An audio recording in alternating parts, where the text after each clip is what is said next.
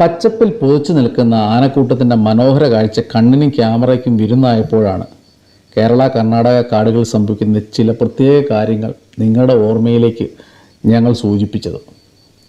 ഈ ഓർമ്മ പൊതുജനങ്ങൾക്കാണ് ഉണ്ടാകേണ്ടത്.